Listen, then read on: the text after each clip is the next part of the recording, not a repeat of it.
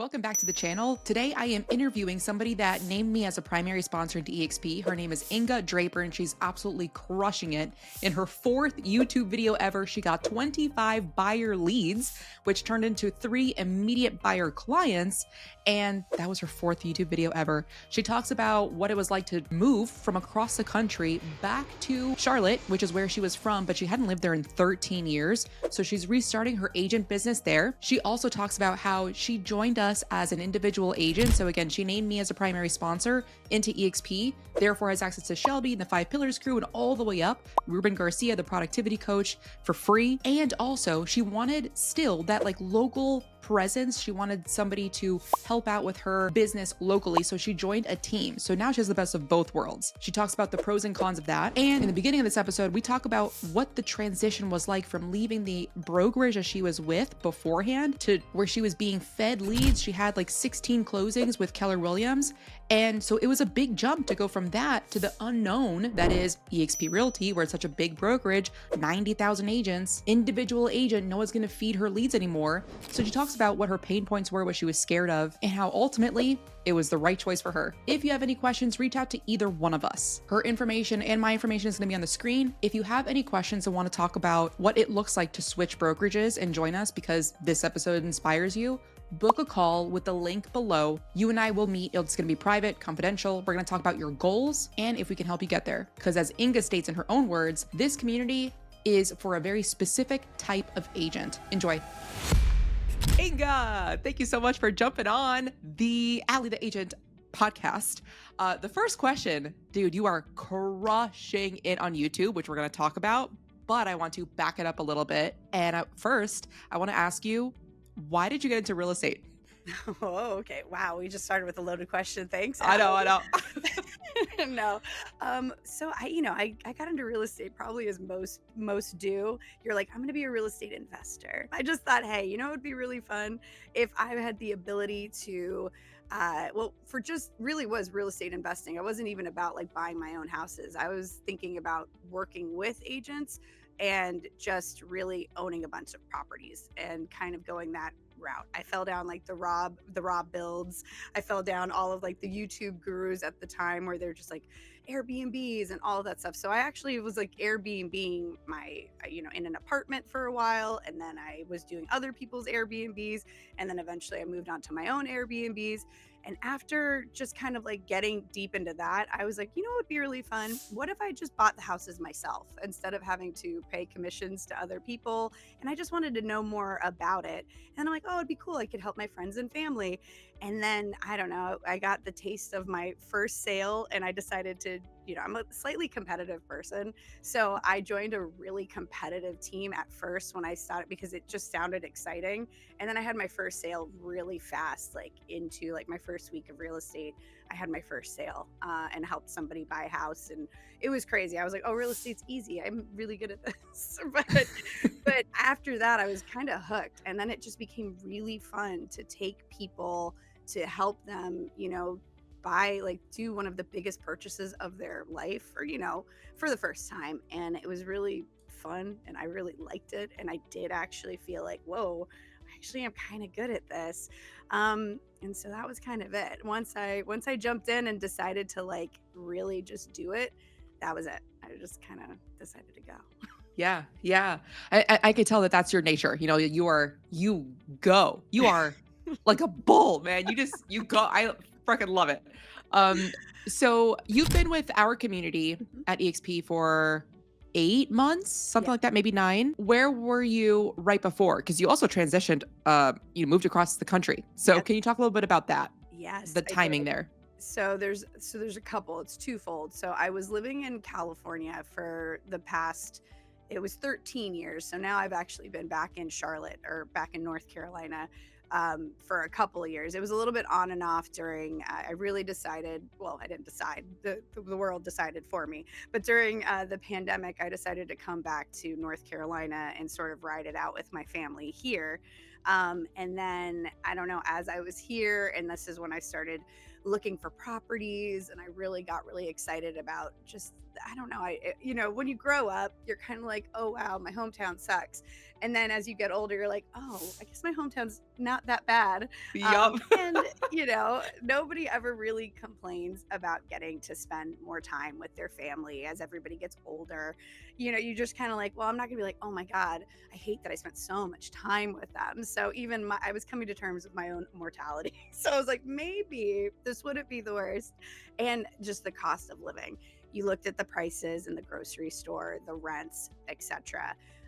And I just had a real coming to the universe moment where I'm like, you know what, maybe I should be back here. And it kind of just like everything just sort of worked out. So I went from California back to North Carolina. And when I came back to North Carolina, that's when I really decided I wanted to pursue real estate. And I actually started off with Keller Williams. And I did, that's where I began my journey, like I said, on a pretty aggressive team out of Keller Williams and a little bit more in the Triad area. So I wasn't even really fully doing Charlotte. I was doing a little bit more like Greensboro and everything below, like Lexington, a bunch of great places. I helped a lot of people get homes out there. But it was fun. It was a good learning experience. And, I learned a lot. That's what I'll say Yeah. about them. Yeah. So how long were you with them before you decided to make the switch? So it was almost a full year that I was with Keller Williams, but I was towards the end of it. It was getting a little too intense for me. I felt like I was getting what I necessarily needed, but you started popping up on my feed quite a bit. I was following you, and then I was listening to Real Estate Rock Stars with Shelby, and that was like those were like my Bibles for a while there. And then Tom Ferry, which was a fun, really fun, great experience too. I was listening to a lot of Tom Ferry. I went to Tom Ferry. You actually helped me secure a ticket to Tom Ferry, so that was really cool. And yeah, I don't know. I just had like the rumblings because I don't know. I think everybody kind of they have that feeling when it might be time to go. It didn't mean anything bad. It was just kind of like my time here is kind of over. And I was way more open to exploring other opportunities. And after, knowing nothing and then knowing a little bit, I thought, okay, let's just see what else is out there. Can you go further into that? Like what specifically were you looking for in a change? Yeah, well, as I keep mentioning the aggressive nature, I think really who you work for too can do a lot. And while it was great, I sold, I did 15 to 16 sales that year, or in that 8-month period. And it was really nice, but it was very demanding. There was a part of real estate. Everybody goes into real estate thinking they're going to be their own boss and that they're going to make their own hours and that they're going to work whatever they want to or whatever the lie we tell ourselves is. But I was like, but I'm still an independent contractor. And it's like, I get it. Everybody has goals and things that they want to do. But I think when you decide to join a team in general, you are also saying like, I'm signing up for the same thing that you want, but essentially you are working on the whims of another person. And so sometimes you're doing great. Like I had 4 under contract within like 3 months of being a part of their team. And we had we had like JV. It was almost like sports. He was like, okay, when you start, you're JV. And then when you hit the big time, you're varsity, and varsity gets this and JV doesn't get this. And so, I was cold calling. I was really pursuing these like semi-dead leads, but it was a great experience. I think everybody needs to do it if you can. If it's something that works for you. If it's not something that appeals to you, don't. But for me, I didn't know what appealed to me. So I was like, well, how do you even get leads and how do you do this? And so I thought it was a really good experience. And I definitely am so glad that I have that background. But as I continued on and I started getting more of my own clients, and I really wanted to pursue social media more, I just kept seeing that being the way to go. And I just didn't get a lot of support when it came to that, or even like time to be like, oh, well, I'd love to go do this house tour and also do this video. And if somebody could help me, maybe even just hold the camera, or can I just take some time and do this and not make 150 phone calls? And they were like, no, you can make 150 phone calls and then you can maybe do this like thing you kind of want to do off to the side, but also make sure you do all of our stuff first. And so for me, I was like, oh, well, okay, I'm gonna do the thing. I mean, because it's like it's working, so I couldn't be mad at it. But at the same time, I'm like, this isn't how I want my career to go. So that's Hmm. kind of, that was a big part of it too. Like this just isn't, I felt like I was doing because I needed to do it, but I didn't necessarily feel like it's the direction that I wanted to take in my career. And which Yeah. I think that's kind of what real estate is about too, being able to create the career you want. You must have had some hesitations though, like even though you were ready, you knew that it was time to leave. Mhm. Can you talk about the hesitation that you had about switching brokerages? Because that's a big deal. Oh, absolutely. I was terrified all at the same time. I was terrified about telling my team lead I wanted to leave. My second hesitation was, okay, I'm essentially being handed leads, even though it's like you're not. You're calling and you're pursuing them, but he does have, you have a pond. We had Zillow, we had realtor.com. We had, we're a team that bought leads to stay active. And I mean, we did it. Like we absolutely did it. So then all of a sudden I said, okay, great. I'm not even working out of an area I truly want to work from. So even all of my past sales, I'm like, how helpful is that going to be? Because they're all in this area. That doesn't mean everybody they know wants to live over there, but there was that slight chance. I'm like, okay, what if none of them want to live in Charlotte? What if I don't get any leads ever again? What if I was making money and now I'm going to make no money? What am I going to do? And it's like, I knew I really wanted to. And I've always pursued, happiness and just like whatever my soul cries out for. But I was definitely, all of it scared me. Okay, what if I leave Keller Williams and everybody's like, who cares? And I'm like, well, do people really care about the name? Maybe, I don't know. But there was a lot of like, what if I don't get any leads ever again? What if I'm not going to sell any real estate? What if this is a really big mistake and I go crawling back to my team lead being like, oh, oopsie, I messed up. I want to come back and and I'll never quit again. And now I'll be here forever and ever and ever. Can I have leads, please? I'll never cheat again. I'll never do it again. I'm so sorry. So then you made the switch. Sure. That around that time, or I guess right before that, is when you found me on, was it Instagram or YouTube? I found you on I found you on Instagram, but I also was watching your YouTubes. But I think Instagram, you started popping up it really was off of, I listened to you and Shelby's chat on Real Estate Rockstars. And a lot of the times, every time a guest that I liked would come on, I would follow them on Instagram. So it was Instagram because I immediately started following you. And then, you started popping up, obviously, because I was following you too. But you would pop up more and more, and everything you were saying was very appealing. Okay. Okay, cool. And then so even though you were hesitant, Yeah. you wanted autonomy, you wanted to do more social media, Hmm.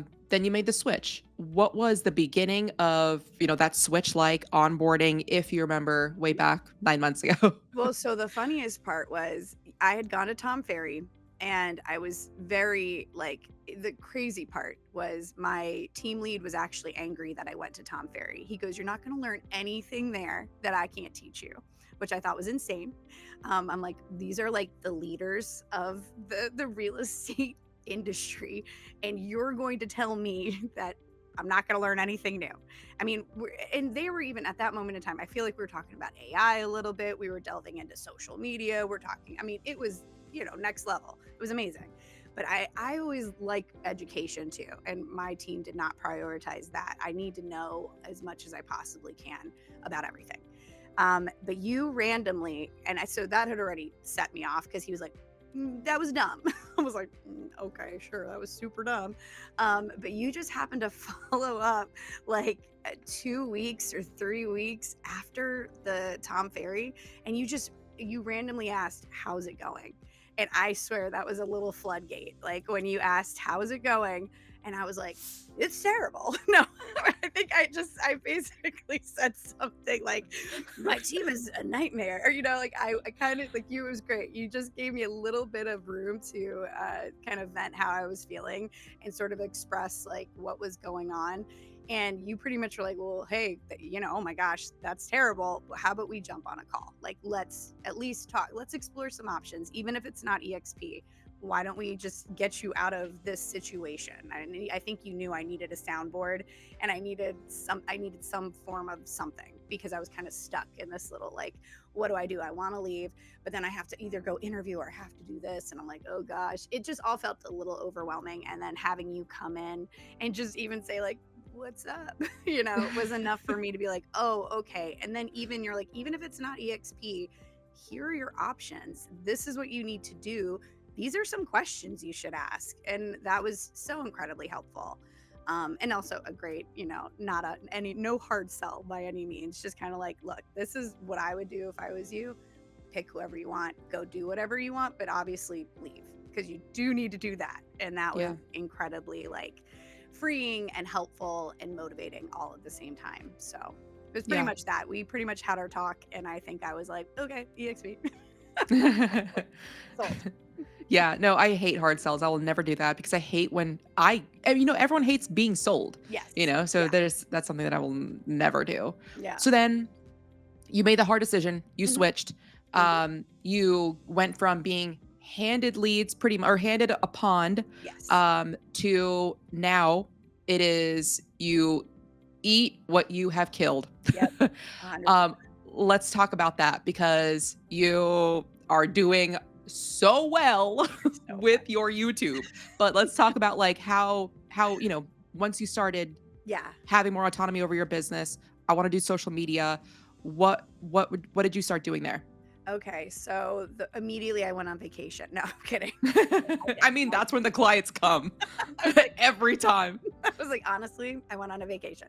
No, I basically, like, I guess I did. So the best part about joining the team, joining 5 Pillars, is that one, you come with an infinite amount of resources. You have a ton of resources. Ruben has a ton of resources. Shelby has a ton of resources. I mean, you could get into just like the team drive and read for days and days and still I'd be like, oh my God, there's so many ways to do this and figure this out and get started. And it is great because like right off the bat, Ruben jumps in and starts checking in with you. And I do love that everybody gives you it's as much as you want. You ask for help, someone will help you. If you don't ask for help, someone's still going to check in on you, but it's still ultimately like, now you really are the boss. Like, okay, I'll do it or I won't do it. So really, I just started jumping in right away with having to set everything up, because again, coming from a team where everything was like provided and done for you, I had to, figure out, what is my CRM going to be? What are my systems even going to be? How am I going to be a boss to myself? Because sometimes I'm like, I'm not doing it. And I'm like, you need to.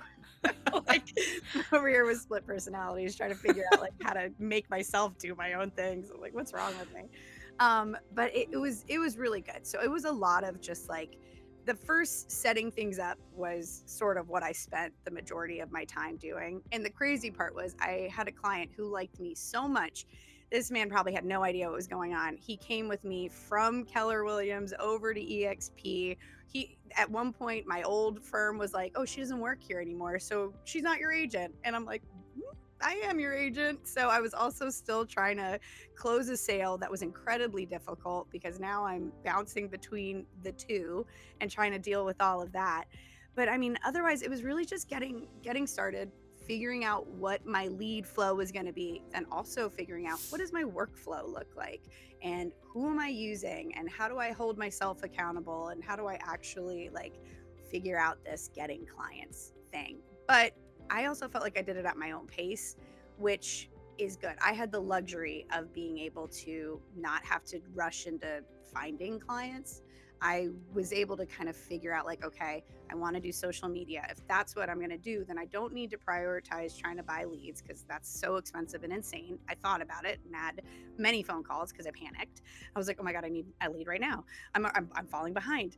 And then I was like, you can chill out. And then from there, I just kind of figured out like, okay, what is a filming schedule going to look like? Who are the people I need to talk to, or how do I make this happen?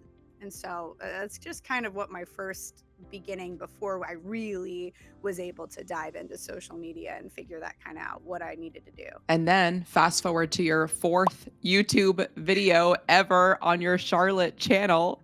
And can you talk about that? You got like 18,000 views in a couple of weeks. Yeah, that was crazy. Now, that week was really insane. When that video dropped, funnily enough, I was actually in California. I was visiting my friends doing some sort of thing. So I decided that team life was a little bit more for me. After a couple of months of like thinking about solo and just my own workflow or the lack thereof workflow and just too many things that I was like, oh my God, navigating all of this is really crazy. So I did end up finding a team out of EXP that prioritizes like their whole deal is social media. And that felt like after a couple of interviews with them too, well, it was actually really one. We felt like that was going to be a really good fit, and they were already doing what I wanted to do. So I don't need to be the smartest person in the room. I'd much rather find somebody else who knows, like, if I am the smartest person in the room, I need to go to a new room. Like, we don't need me to be at the top. I want to find somebody else. Like, that's fine with me. So I have no problem with that. So it was really cool. So I met my team. They're the Living Charlotte team, and they're awesome and they're so nice. And they really helped me figure out what this was going to look like because they'd already been doing it and they already had a strategy for how do you, title, thumbnail, film, what should the videos look like. Now, ultimately, that's great. Everybody can follow, you can have a formula, but I still think a little bit like infusing your own personality is what's really going to make it, because they also had a moving, they never lived in California, but they had a moving from California to Charlotte video that did not do what my video did, because obviously I hit a few nerves. Very fun comments if you ever check those out. Crazy, honestly, but it's just from my own personal experience of being there, and I think some of my storytelling and whatnot mixed in with actual information. They provide me actual information, I provide the stories, and we just it was crazy. It was just a really weird culmination because like you said, it was only the fourth video. I had maybe 10 followers at that time. And then it did blow up. It was like 400 plus comments, 18,000 views. And that was like within, the views shot up very quickly. Like I would have been like, oh my God, I kept saying, I'm an influencer. Everybody stop. I'm an influencer. I was like, no, but guys, I'm an influencer now. So my friends were like, okay, you calm down.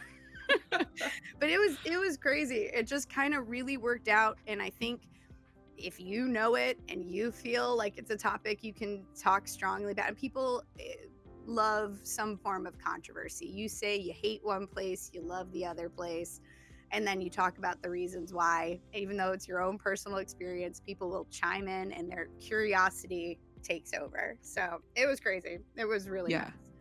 Yeah.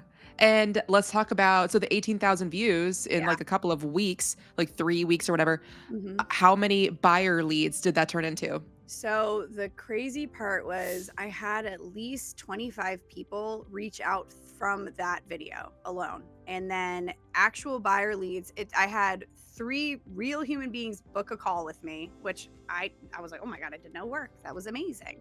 And then I followed up with at least 10 of them. And so some of them are more nurtures. Some of them are, I'm an investor client who, we'll see how that goes. But 3 of them turned to actual, like, I would say warm to hot leads. So one of them for sure, I'm actually working with her right now to find a house she wants to move like yesterday. So we are full, like we're going. And so that was, and she was from that, and it was all about personality. She lived in an area not too far from me. She just was like, I just really feel like you would get it. You would get what I'm looking for. She wants to live by like a Whole Foods or a Trader Joe's. She wants to find a yoga studio right down the street. And I'm like, sure, we can do that. we can find all those things. So, and she's so sweet. We get on the phone, and I like, sometimes I'm like, I got to get off the phone with you, but I was like, I got other things to do. I love you, but I gotta go. But we do. We'll just chat. We've had lots of chats, but she's sweet. Like I know she's she'll buy with me, and we just got to find the right place. So it was great. That's where I have a few of those. And I just feel like, especially from YouTube, you get more of that. You get people who want to work with you based on what they already saw. So you don't even really have to sell yourself. You're like, okay, now I just got to find you a place, and you already kind of trust me and you already like me. And that's helpful. I like that. Yeah, I say this like over and over again on my channel too, is like the real estate formula to getting a closing is you need 6 check boxes. You need to be known, liked, trusted, and they need to be ready, willing, and able. Yeah. That is literally it. And YouTube solves the first half of the formula. So then all you have to do is see, are you ready Yeah. now? Are you willing? And are you able? And that's it. Like if you can get 50% of the whole formula done, like it's significantly easier as long as you are putting your own actual personality out there. If you're acting salesy, then you're going to get awkward transactions. It's not going to be as fun. You might as well just like pick up the phone and cold call. But YouTube really brings out like you turn into friends because it's your personality. Yeah. Freaking love it. I love it. So dang, like that's amazing. What is your tempo like? I want to go also to, you know what? I want to back up a little bit though. Sure. So you joined 5 Pillars and then you were like, wait, you know what? I think I still want that team. Yeah. Can you talk more about that? Because I think a lot of people can be confused as to solo agent, team agent, EXP, primary sponsor, now co-sponsor, like what the mentor. So I want to explain this super quick. So in EXP, you can join either as a team or as an individual agent. So what you initially did was you joined as an individual agent. You named me as your primary sponsor. Therefore, you got everything of what Shelby offers, Ruben Garcia, all the way up. And then you wanted that additional support. So you join a team. You still have access to everything of what we offer. Now you also have access to a team that focuses on what you want to do. So how did you find the team? And for others that are listening that are kind of maybe in that position, they join as an individual agent or plan on joining, but then they don't want to like sever ties with the possibility of a team. Yeah. What is that like? How do you interview teams, and anything else related to that? Yeah. Okay. That's, I mean, you basically nailed it anyway. But, so I came on as a solo agent, and I think I really did I loved I didn't leave a team because I hated the team. Obviously part of it was like, splits are always an issue. And then but I loved having coworkers. I loved having people I felt like I could just, you're like, oh my God, that was so hard. So it was never not about being a team, but I really just felt like this team isn't the direction that I would want to go. So coming to EXP, I was like, okay, let's do this solo, because it felt very doable. But I also realized so for me, I'm a person who needs a trainer. When I need to go to the gym, if I don't have somebody saying, Inga, go to the gym, or holding me responsible, whether it's I'm paying their money or I have that membership, and it really is just based that way, I do better in that atmosphere. So knowing that about my personality, I thought, I'm like, maybe I changed. Turns out I didn't. I thought, I was like, maybe I'm a new person. Here I am. I was like, oh no, new year, new me. No, new year, same me. So I'm like, okay. So I had that moment where I'm like, okay, I'm going to kind of try it. And I did do a few things. Like I was doing marketing. I was doing like postcards. I was doing postcard mailings. I have this newsletter in my neighborhood. It's a big neighborhood, but it has a newsletter. So I actually started putting an ad in as like one of the local realtors, because I'm like, well, I live here. So, and I've lived here on and off my entire life. So this will be a really good fit, because I could sell this neighborhood really easily. So I did that. And I was like, those are kind of passive things. The thought of cold calling just wasn't it. And then I was a little overwhelmed about, like, even though I had like a mini YouTube channel, it was like a little DIY channel that didn't do as much, it did nothing because I barely touched it. But I'm like, I have one. I think I got it. I thought, okay, let me just see if I can. I'm like, do teams even really exist in EXP? That was my first question. And they do, which is awesome. And then I said, okay, well, I need to find a Charlotte team. It'd be really nice if I could find people who are right here who can help me and can do some hand holding and can do some, like, well, we can actually meet up in person and like have lunch together or do something like that. So I actually went to my BIC, in my Charlotte BIC, and asked her, what about teams? Who are there any teams that you know of that are looking for new agents, or who are they, and how do I find them? And she was actually the best resource. She was able to tell me about the teams. She kind of gave me a few different numbers, and she was like, well, these guys do this and these guys do this, give them a call and see what it's kind of about. And the funny part is, so we have a 5 pillar member who also lives in Charlotte, or she lives right by Charlotte.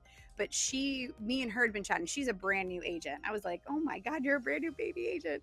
So we went, and I went and had coffee with her in real life. We hung out in real life. And I was just, talking about my experience coming from a team, joining EXP, all of that fun stuff. And she got really excited about the idea of also being on a team, because she's like, well, I don't know anything. So maybe I should join a team. And I was like, it wouldn't be the worst idea, especially if you're brand new. Get that guidance. We are not supposed to know everything. You never will know everything. And you don't know what a real estate transaction is truly like until you are in the middle of it, and they're never the same. You may not ever have the same problem twice. You'll come up with a new fun problem that you have to figure out, and you're like, oh my God. So that was kind of it. I just kind of decided, like, I know myself. I knew I wanted to rejoin a team. My big question was, can I do 5 pillars and still join a team? And the answer is absolutely. Now, depending on how you sign up, so nothing really goes to, obviously other than my commission, nothing goes to my team. But the way that it works with like the downline and the upline, and you being my sponsor, that didn't really change anything. I was able just to join this team. You pretty much just fill out a form. Your splits are going to change based on that team agreement, but that also depends on the team. Because even though we're a team, we're still under our own, it's like almost solo, but not really. So I don't know. I think it kind of depends on how that team decides to structure themselves. But it's completely doable. And I think it's great. I'm kind of glad I did it. I'm glad I went this way, because I Yeah. need a little more accountability. Yeah, it's perfect for those that want and need more accountability, that want more socialization in real life. So yeah, just yesterday I was talking to an agent out in New York who wants that. Plus he's a brand new agent, like never had a closing. So it's like, you can still join us as your primary agents. That way you have like your business building. You'll have access to everything, and join a local team. And then quit once you know what you're doing and you're comfortable. Yeah, but to have more resources like that. Was it Rhonda at your BIC that you spoke to? Okay. She's super sweet.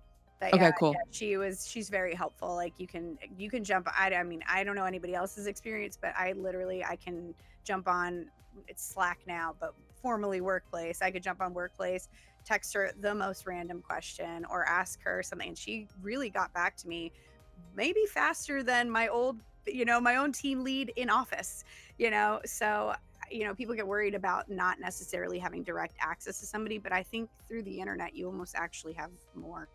Boundaries are not quite as relevant, or maybe they are as enforced as they should be.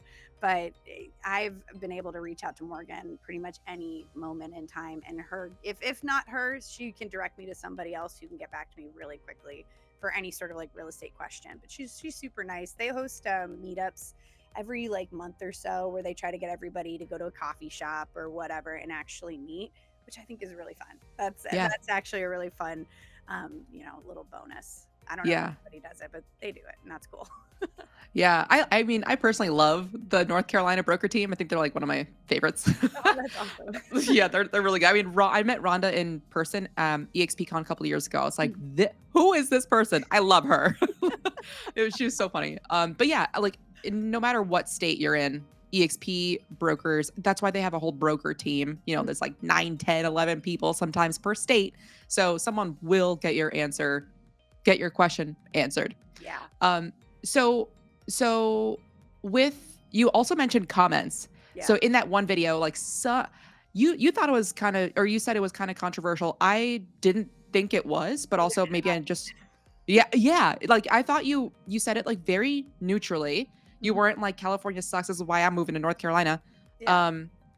But like you said that you had some negative comments on there. I didn't see any negative We comments. deleted them. Okay, I was gonna ask for those like, audience members that are thinking about getting into YouTube or have already started and they see these negative comments, which are going to come. First of Mhm. all, like once you start getting negative comments, that's a good thing. It means Yeah, your video, yep, you are an influencer now. It means your video is getting pushed out to people that are strangers, and that's what you want. yeah. Mhm. What is your deciding factor on what to keep and what to delete? Okay, so we had a couple things happen. The first thing is all the comments that just came in, we went ahead and we let them sit for about a day or two.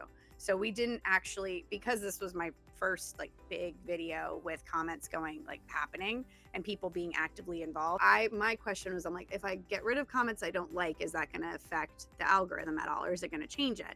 And for the most part, no. But at the same time, you may want to let them sit so that people can comment on the comments, because comments can drive more engagement. Especially, it was surprising. Some of them I found, I had a couple, it was really funny. This one person subscribed really fast, but they were in the comments being really sweet. And they were just like, I mean, like this one, it wasn't mean and I left it. It still makes me laugh.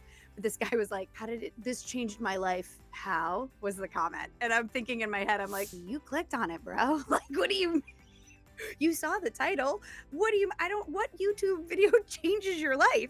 So these are all my internal thoughts. And I'm like, okay, well, this person underneath they're like, well, I mean, if you're planning on moving to North Carolina, this could have been a pretty informative video. But I guess if not, it doesn't do anything for you. And I'm like, that's so funny. So I didn't have to do anything about that. And there were a few like that, but I'm just like, the comments are unhinged. People are crazy, which I love. It's hilarious. But so in the beginning, we pretty much just let the comments go because we didn't know what was going to happen. But ultimately, my deciding factor is, one, I'm actually not trying to be an influencer. I am trying to be a Charlotte real estate agent who sells homes and or helps people buy homes. So I don't necessarily need and I was getting a lot of like, thank God you left. And then I got a lot of go back, like, how dare you? And just like, whatever. I'm like, did you watch this video? Because like I said, I thought it was a pretty mellow take on the whole thing. It's just Yes. like, I'm just saying. I completely agree. And I'm like, and also, I'm talking about my experience, things I liked. Like, if we're the same person, wow, congratulations, we're gonna get along great. But if we are different people who like different things, well, then the things that I miss, you might not care about, and that's okay. We're allowed to not care about the same things. But I just thought it was really crazy. But so ultimately, I went through ones that we decided ones that weren't enhancing the conversation, that were just like stupid and pointless to be pointless. We got rid of because the other thing that I wanted to do, and I don't know if it'll work or not because we will have to keep seeing. I just want to curate an audience that I actually enjoy. So if I get rid of comments or people who are just being spiteful to be spiteful, and it's not productive to because like, look, if you're telling me the reasons why you hate Charlotte, that's your opinion, and I'm okay with that. You're not attacking me. You're just saying, I don't like these things. Or vice versa. If you're saying, why you don't like California and why you're so glad you left, wonderful. That's great. If you're just like, she's super stupid and she doesn't know what she's talking about, what a whack job, I'll probably get rid of that one because sure, that's your opinion, but I don't need it. I don't need it. Thanks. So Yeah. we kind of just decided, like, after a while, because sometimes we found that if you let too many negative comments like fester, then people think that they can jump on that bandwagon. And I feel like I want to pin, or I want to engage. So that's the other thing. I went through and engaged with the comments I did like, and the people who were adding to the conversation, and essentially not feeding the trolls, either deleting them or just fully, like, unless they had a really large comment thread going, and depending on what that thread said, I would leave it, or I was like, I hate it, I don't care about it, so I'm gonna delete it. Yeah. Yeah. It's interesting how triggered people get just with the word California. Yeah, it was wild. That will, oh my God. People have a lot of opinions. And yeah, they don't watch. They don't even hear your take. They assume based off of the thumbnail or, anything like that.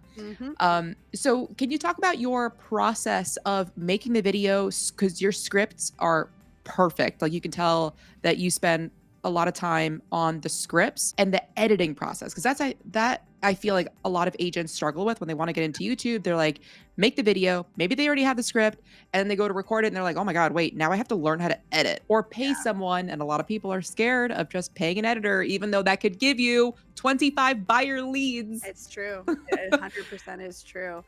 Yeah. So scripting, this is another reason why I was like, okay, I think the team is going to be a really good way to go, especially because this team is really big into, this is how they did it, period. They never bought leads. They never even went about it that way. They solely jumped in straight into, YouTube, social media, analytics. So my team lead is Lucas.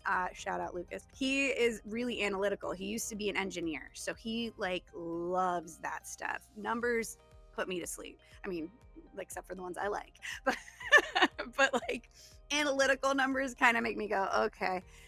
But so he really enjoys that, and so he spends a lot of time behind the scenes figuring out, okay, what's going to do what, this is going to do this. But he also spent time curating a team. So like we have a script writer, we have editors, we have a social media person. Like for the most part, like my own individual social media, I'm in charge of. I'm still my own brand. I am like, so part of the reason why I'm not on their YouTube channel was that he still wanted people to get the opportunity to create their own brands and to kind of create their own image and sell themselves how they wanted to be sold. And each one of us gets to kind of do that on the team. So we have a lot of input on what it looks like. Those are my branding colors from when I was branding my own website, etc. That all carried over. A lot of the logoing and everything is still my own stuff that I brought with me. But you have the option of these other people who they're already, they're coming out of your commission anyway. So you might as well utilize using everyone. That being said, so scripting, in the beginning, it is, I have a person who helps me, who I just have a conversation with. We say, hey, what is this video? He goes, what do you want to talk about? What do you think you're going to want this video to be about? So we'll do that. I'm like, okay, let's do this. I moved from California to Charlotte. Let's do a video like that. Okay, well, what about it? What are your favorite, he goes, okay, people like lists, people watch a lot of list videos, these things are trending on YouTube. And I say, okay, great. Well, let's just do however many reasons. So the number is pretty arbitrary. Like 7 reasons why I left California was because I could only think of 7 reasons why I left. So ta-da, there it was. It could be 5, it could be 2, who knows? You pick them. It could be 13. You pick the number. It's up to you. So then we sit there and we talk. But the crazy part is he also uses AI. He with a combination of what I say. So for newer agents who may want to do this themselves, who don't necessarily want to have to like invest in script writers right off the bat, you can go on AI. You can have a whole conversation, like take a title of a YouTube video, take my title. If you've lived in California, do that. Put that into, your chat GPT or whatever your AI is, and then start talking, and then kind of let it transcribe what you're saying, and then let it know like, okay, I want to write a script where I say the pros and the cons, or even like whatever bulleted things are, and let ChatGPT help you, or whatever AI source you like. But then you have to go back again and you infuse your own words.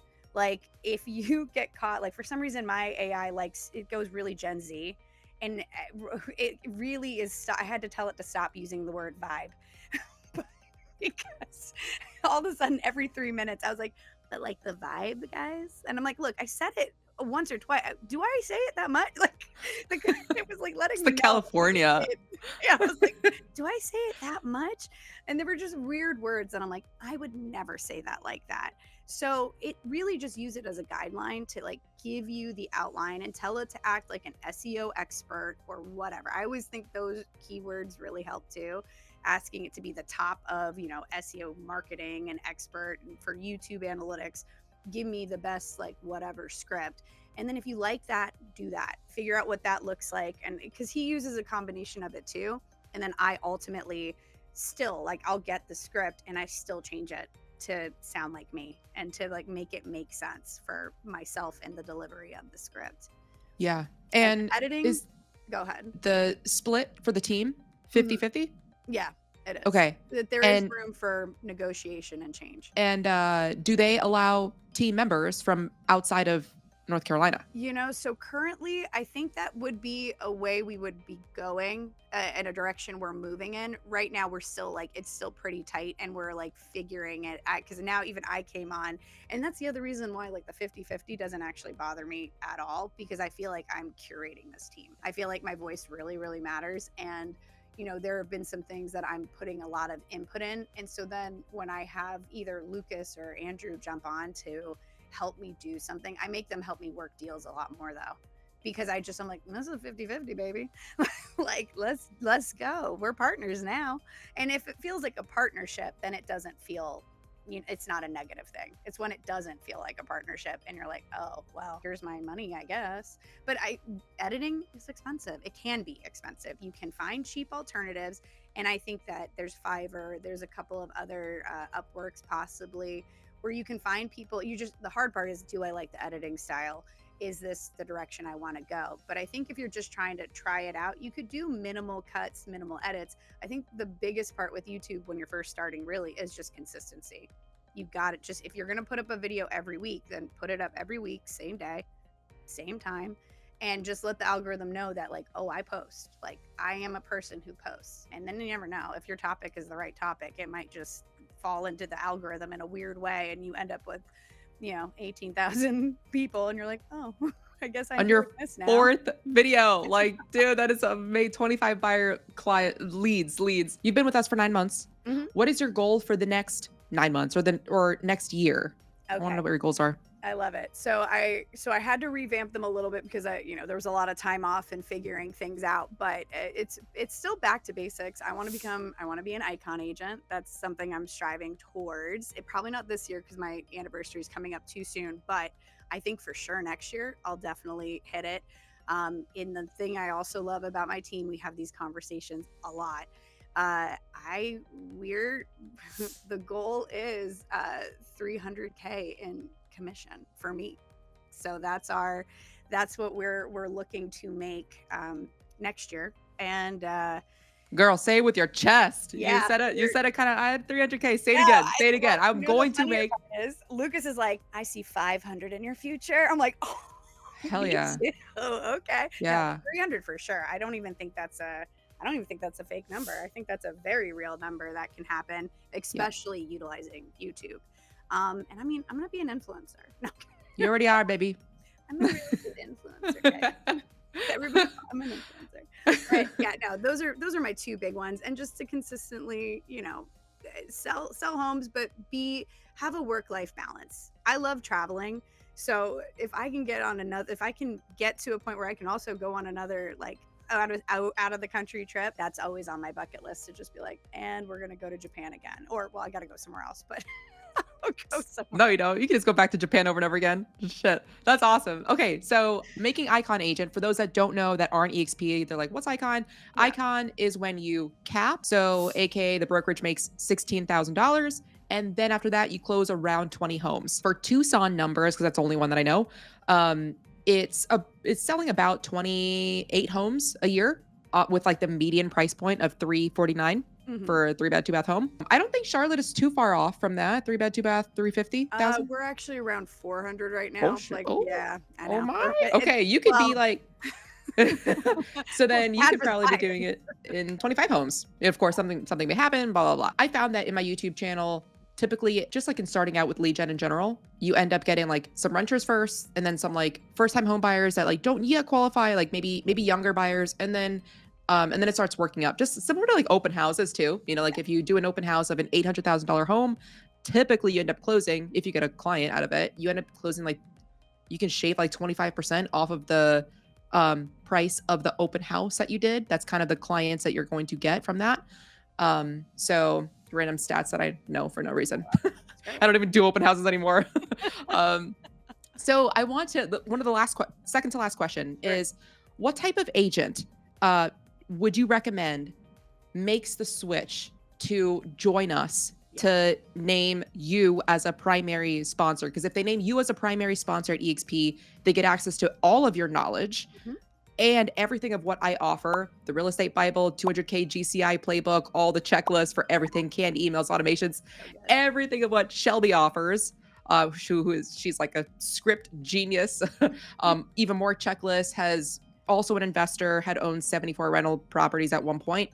Ruben Garcia, who's a productivity coach, one-on-one, he will be reaching out to you. He'll be assigning you homework, and if you don't do the homework, then he's not going to reach out. Sure. But if you do what he does, then you get one-on-one coaching for free.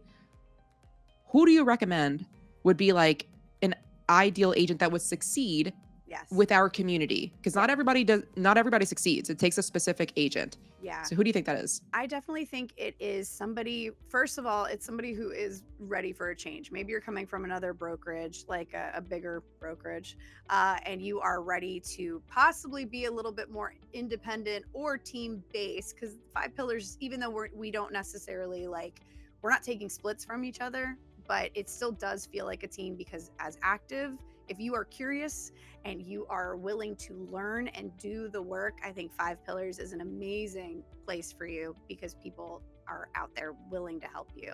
I also think that being a little bit of an established agent, maybe not brand new, because it's a lot. It can be a lot of information as much as people are willing to help you.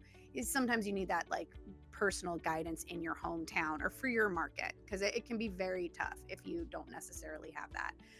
So I mean, I really kind of think that that's the type of person. You're ready for a change. You want to make more money. You are, excited about learning things. You're excited. The internet excites you also. If you want more social media branding guidance, that's where I can definitely help you in that direction. I got lots of great ideas, big ideas. But then Allie and everybody can help you with all of the other things, the structure, because I'm still working on that myself. But just a little bit established, but you want to do real estate a different way.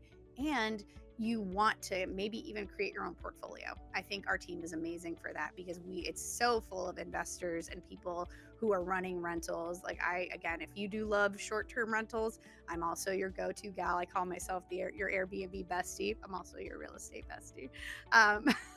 But if that is something you want to lead into, I can talk to you about that for days and days and days and days and days. So that's kind of it. If you have that, like you're just an entrepreneur, but you're ready to kind of be your own boss, or you're looking for more team options, like being on a team that doesn't necessarily feel like a team, and we'll encourage you to figure it out because you can literally text any of the people on our list and they will have that conversation with you, which I don't think you necessarily get anywhere else. Mm-hmm. Awesome. And how can they best reach out to you to ask you questions about, maybe they're ready to make the switch or they just have a couple of questions before they make the switch? Absolutely. You guys can find me on Instagram. I'm Inga in the QC. I mean, go ahead and go leave an unhinged comment on one of my YouTube videos. Just kidding. Leave a nice one. But it's honestly Charlotte with Inga Draper is if you want to check out the YouTube. But yeah, I mean, Instagram would probably be the best way. Just DM me over there. Or yeah, I think those are the two best ways to get in touch with me. Awesome. Inga. Thank you so much for jumping on. Thank you for your time. I am pumped to see your success and you will make Icon next year for sure.